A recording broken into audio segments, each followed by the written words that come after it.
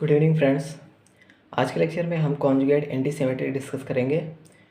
Previous lecture में हमने conjugate symmetry discuss किया, तो अभी कॉन्जुगेट एंटी सिमेट्री। तो उसके लिए सबसे पहली कंडीशन जो कॉन्जुगेट एंटी सिमेट्री के लिए है, सेटिस्फाई करनी चाहिए x of t equal to minus x of conjugate time reversal minus t. ये सेटिस्फाई करना चाहिए कॉन्जुगेट एंटी सिमेट्री के लिए। ओके, तो अब डायरेक्ट हम एग्जांपल के थ्रू देखेंगे और फिर फाइनल में हम उसका रिजल्ट लिख लेंगे, जैसे हमने सिमेट्रिकल के लिए, कॉन्जुगेट सिमेट्री के लिए लिखा था। जैसे एक एग्जांपल हम लेते हैं, x of t equal to t cube plus j cos T. Okay, ये हमारे पास है। अब इसमें हमें देखना है कॉन्जुगेट एंटी सिमेट्री। सबसे पहले क्या करेंगे, सबसे पहले कॉन्जुगेट ले लेंगे।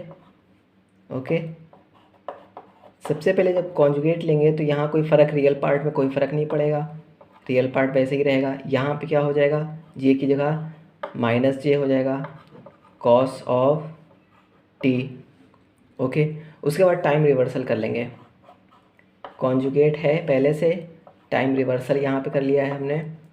तो टाइम रिवर्सल करेंगे तो टी की जगह माइनस टी यहाँ पुट करेंगे, तो ये क्या हो जाएगा, माइनस टी क्यूब, क्योंकि पावर में ऑड है, माइनस, उसके बाद जब यहाँ माइनस पुट करेंगे तो cos of minus T cos T ही होता है, उससे कोई फ़र्क नहीं पड़ेगा, minus J cos T. Okay, अब क्या करेंगे, यहाँ पे माइनस कर लेंगे, जैसे हमें करना है यहाँ पे minus x conjugate minus T. Okay, तो अब यहाँ पे जब माइनस करेंगे तो यहाँ पे माइनस आएगा और यहाँ पे मल्टीप्लाई होगा, तो यहाँ पे हो जाएगा प्लस टी क्यूब, यहाँ पे भी हो जाएगा plus j cos T. Okay, तो यहाँ पे एक्स टी जो सिग्नल है और ये वाला सिग्नल हमारा, ये दोनों सिग्नल सेम है, ये दोनों सिग्नल सेम है, क्योंकि T Q plus j cos T या एक्स टी के लिए भी है, और minus x conjugate minus T के लिए भी T Q plus j cos T है। ओके, तो इसको हम क्या लिख सकते हैं, इसी को हम लिख सकते हैं एक्स ऑफ टी लिख सकते हैं, एक्स ऑफ टी। ओके, तो ये हो गया इस तरीके से। अब अगर जैसे कि हमने कॉन्जुगेट सिमेट्री के लिए लिखा था कि कॉम्प्लेक्स अगर नंबर है तो उसका रियल पार्ट इवन और इमेजिनरी पार्ट ऑड होगा। ओके, अब कॉन्जुगेट एंटी सिमेट्री के लिए देखेंगे, conjugate anti symmetry, CAS short form लिख रहे हैं, CS शॉर्ट फॉर्म।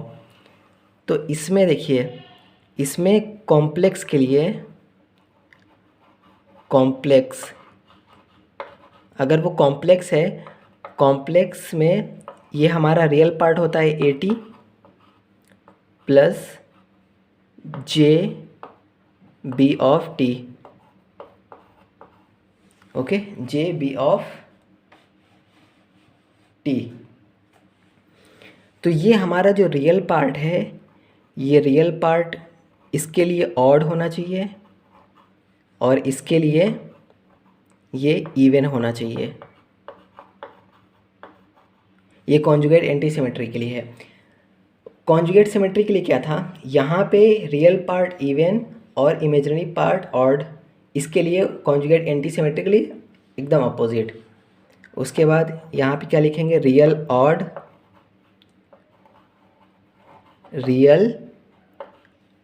होगा,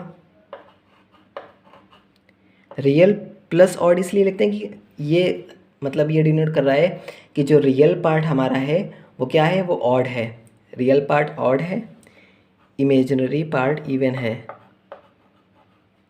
imaginary even. Okay, real part odd और इमेजिनरी पार्ट इवन। तो इसको शॉर्ट फॉर्म में इस तरीके से हम लिख लेते हैं, जैसे उसको कॉन्जुगेट सिमेट्री के लिए CEO REIO लिखा था, यहाँ पे लिख लेंगे सी का मतलब कॉम्प्लेक्स और रियल पार्ट COE। उसके बाद यहाँ लिखेंगे ROIE।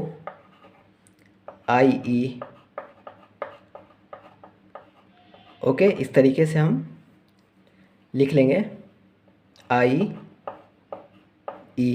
तो इसको कोई शॉर्ट फॉर्म में कुछ भी बना सकते हैं, इसको COE ROIE। वैसे नॉर्मली ये याद रखना है कि अगर कॉन्जुगेट एंटी सिमेट्री है तो उसका कॉम्प्लेक्स में जो रियल पार्ट होगा वो ऑड होगा, इमेजिनरी पार्ट इवन होगा। तो इसके लिए अभी क्वेश्चंस के थ्रू और क्लियर हो जाएगा, जैसे हमने अभी कॉन्जुगेट सिमेट्री में प्रीवियस में देखा था, तो इसमें भी देख लेते हैं और क्वेश्चंस, तो उससे और क्लियरिटी हो जाएगी।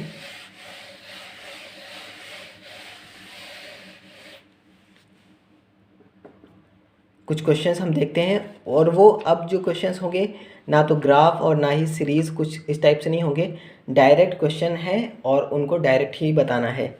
जैसे कि एक क्वेश्चन से एग्जांपल है, यहाँ पे लिख रहे हैं x ऑफ t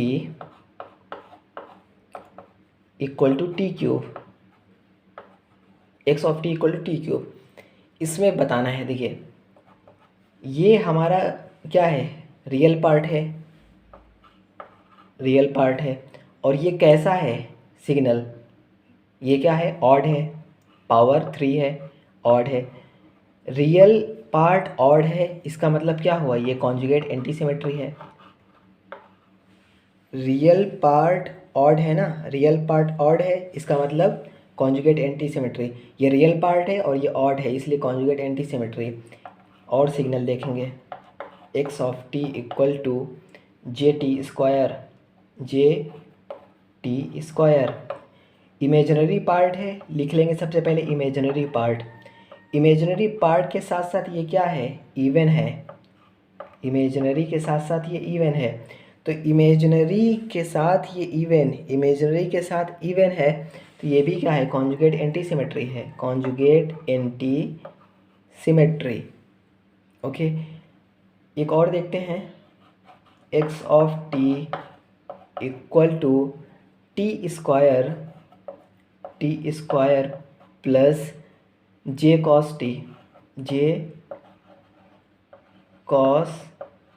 टी।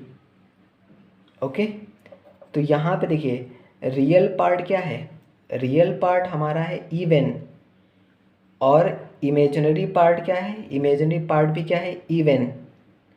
दोनों इवन है। अब दोनों इवन है तो ये ना तो कॉन्जुगेट सिमेट्री को बता रहा है और ना ही कॉन्जुगेट एंटी सिमेट्री को, क्योंकि कॉन्जुगेट सिमेट्री के लिए रियल पार्ट इवन और इमेजिनरी पार्ट ऑड होना चाहिए कॉन्जुगेट सिमेट्री के लिए, और कॉन्जुगेट एंटी सिमेट्री के लिए क्या है, real part odd, imaginary part even होना चाहिए। बट यहाँ पे ये भी इवन है, कॉस तो इवन होता ही इवन फंक्शन, तो दोनों हमारे पास इवन फंक्शन है, तो ये क्या हो जाएगा, नाइदर कॉन्जुगेट सिमेट्री